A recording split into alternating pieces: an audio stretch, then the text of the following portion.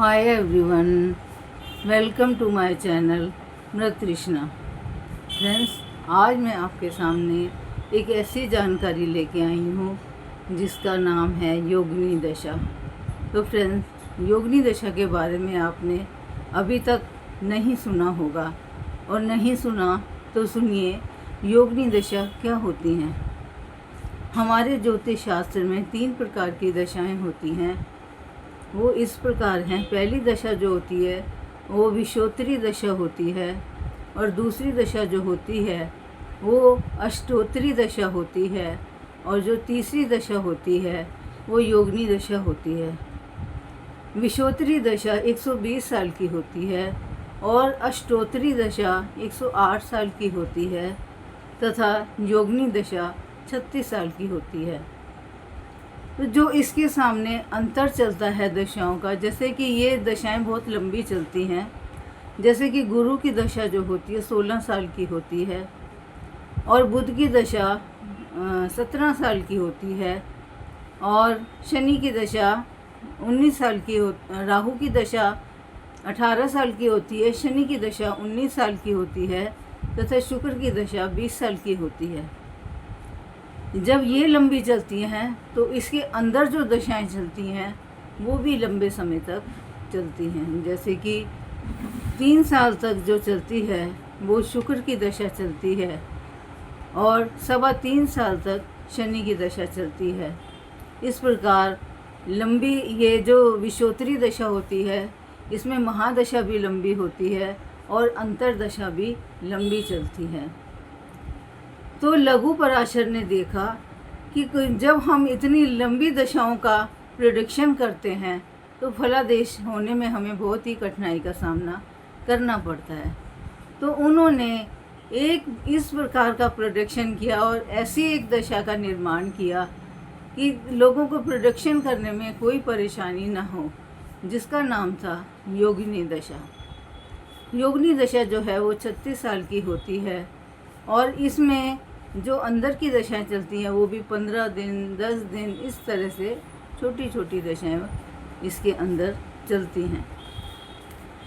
तो आज मैं आपको यही बताने जा रही हूँ कि ये जो योगिनी दशा का निर्माण लघु पराशर ने किया था, इससे लोगों को बहुत फ़ायदा हुआ है, और लोगों को बहुत ही आसानी हो गई है अपना प्रेडिक्शन देने में। तो एक एक करके अब मैं आपको उसके बारे में बताऊंगी कि ये जो दशाएं होती हैं अपना किस प्रकार से बताया जाता है कि ये दशाएं किस प्रकार से चलती हैं। अब मैं आपको पहले ये बताऊंगी कि ये जो दशा हैं वो 8 प्रकार की होती हैं। तो इसमें पहली दशा कौन सी होती है? तो इसमें पहली दशा जो होती है वो मंगला दशा होती है, और जो दूसरी दशा होती है वो पिंगला होती है, और जो तीसरी होती है वो धान्या होती है, और जो चौथी होती है वो भ्रामरी होती है, और जो 5वीं होती है वो भद्रिका होती है, और जो छठी होती है वह उल्का होती है, और जो 7वीं होती है वो सिद्धा होती है, तथा जो 8वीं दशा है उसे संकटा कहते हैं। इस प्रकार हम देखते हैं कि इसके स्वामी कौन कौन से हैं। तो जो हमारी मंगला दशा है उसका स्वामी चंद्र है, और जो पिंगला दशा है उसका स्वामी सूर्य है, तथा धान्या का स्वामी गुरु है, तथा भ्रामरी का स्वामी मंगल है, तथा भद्रा का स्वामी बुध है, उल्का का स्वामी शनि है, सिद्ध्या का स्वामी शुक्र है, तथा संकटा का स्वामी राहु और केतु हैं। इस प्रकार तो हमने बता दिया कि इसके स्वामी ग्रह कौन कौन से हैं। अब मैं आपको बताने जा रही हूँ कि इनके कौन कौन से नक्षत्र पड़ते हैं। तो वो इस प्रकार हैं।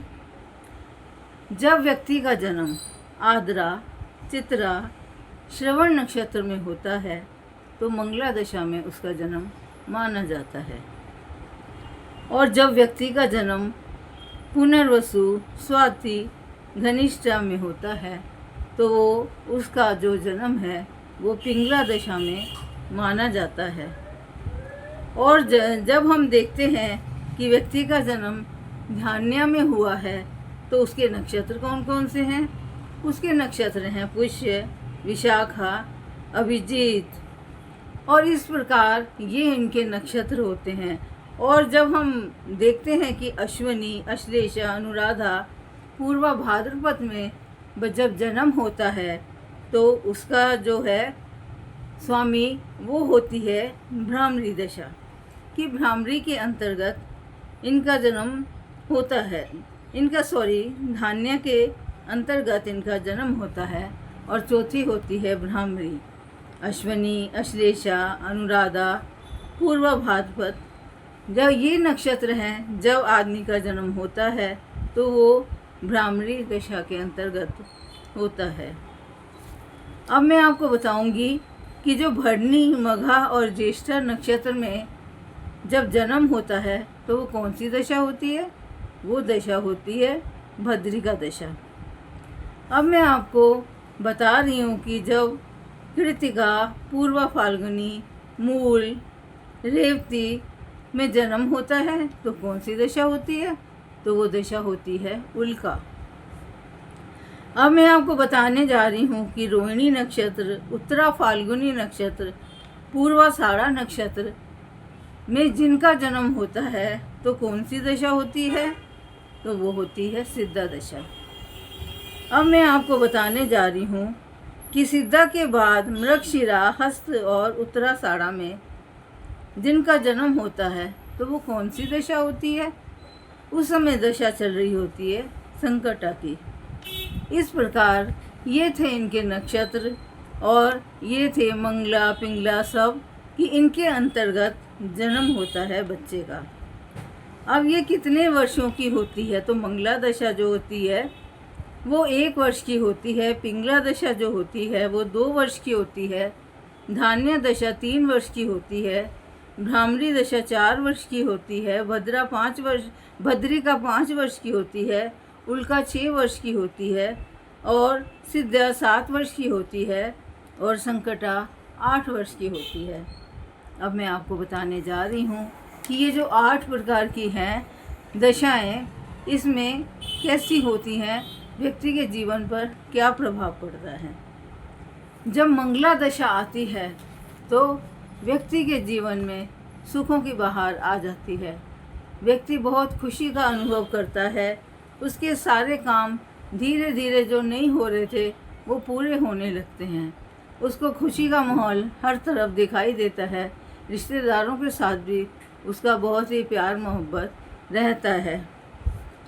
इस प्रकार मंगला दशा के चलने पर संतान प्राप्ति, बच्चे के विवाह, घर में मंगल कार्य होना, बच्चे की शिक्षा होना, नया मकान बनवाना, इस तरह के जो काम होते हैं वो मंगला की दशा में होते हैं। अब जो आती है वो पिंगला दशा आती है। पिंगला दशा को अच्छा नहीं माना गया, ये शुभ नहीं होती, और कभी कभी ऐसा भी होता है कि व्यक्ति को परिवार से दूर जाना पड़ सकता है। इसलिए ये शुभ नहीं मानी जाती, क्योंकि जब ये आती है तो व्यक्ति के जीवन में सारे कामों में रुकावट आने लगती है, आर्थिक तंगी आ जाती है, वैवाहिक जीवन ठीक से नहीं चलता, स्वास्थ्य संबंधी परेशानियां भी सामने आने लगती हैं। अब धान्या क्या होती है? धान्या एक बहुत शुभ मानी जाती है। जैसे ही उसके नाम से प्रतीत होता है कि धान्या धन धान की पूर्ति करती है। आदमी धन के साथ खेलने लगता है। जहाँ उसका कारोबार ठप रहता था, धान्या के आते ही व्यक्ति का कारोबार परवान चढ़ जाता है और उसे सारे सुखों की प्राप्ति होती है। अब ये जो भ्रामरी होती है ये भी ठीक नहीं मानी जाती। इसमें जो व्यक्ति होता है वो भ्रमित रहता है, उसको यही नहीं समझ आता कि वो क्या करे और क्या ना करे। उसको किसी प्रकार से कोई रास्ता नज़र नहीं आता और वह हमेशा भ्रम की स्थिति में बना रहता है। तो आदमी को क्या करना चाहिए? आदमी को हनुमान जी की पूजा करनी चाहिए तथा उसको ऐसा करने से वो इन दुखों से बाहर निकल पाएगा।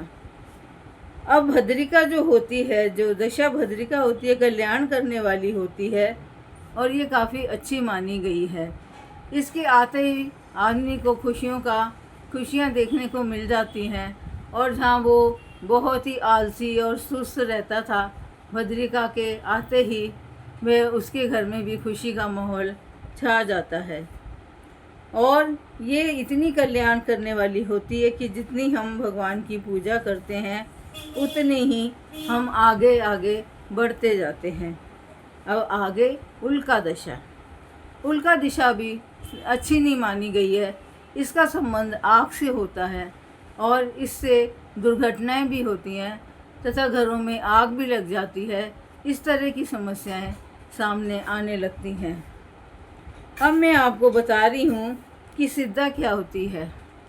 सिद्धा क्या होती है, इसके आने पर व्यक्ति के जीवन में सोने पे सुहागा होने लगता है और व्यक्ति के जीवन में चारों ओर से खुशहाली छा जाती है।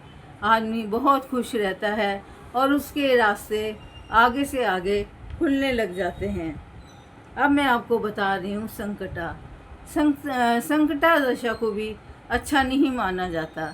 जहाँ आदमी खुशी से रह रहा होता है, अचानक ही उसके जीवन में परिवर्तन आ जाता है और हर क्षेत्र उसके लिए बंद हो जाता है। जहाँ देखो संकट ही संकट दिखाई देने लगता है। इस प्रकार हम देखते हैं कि सुंदरकांड का पाठ व्यक्ति को करना चाहिए, हनुमान चालीसा का पाठ भी करना चाहिए। तो फ्रेंड्स, आज मैंने आपको योगिनी दशाओं के बारे में बताया है, तो आप भी हमेशा ऐसा ही करिए। ये नहीं कि खाली योगिनी दशा को देख के ही आप प्रेडिक्शन कर दें। पहले महादशा विश्वोत्तरी दशा को देखिए, अंतरदशा को देखिए, बाद में योगिनी दशा को देखकर अपना प्रेडिक्शन दीजिए। Thank you.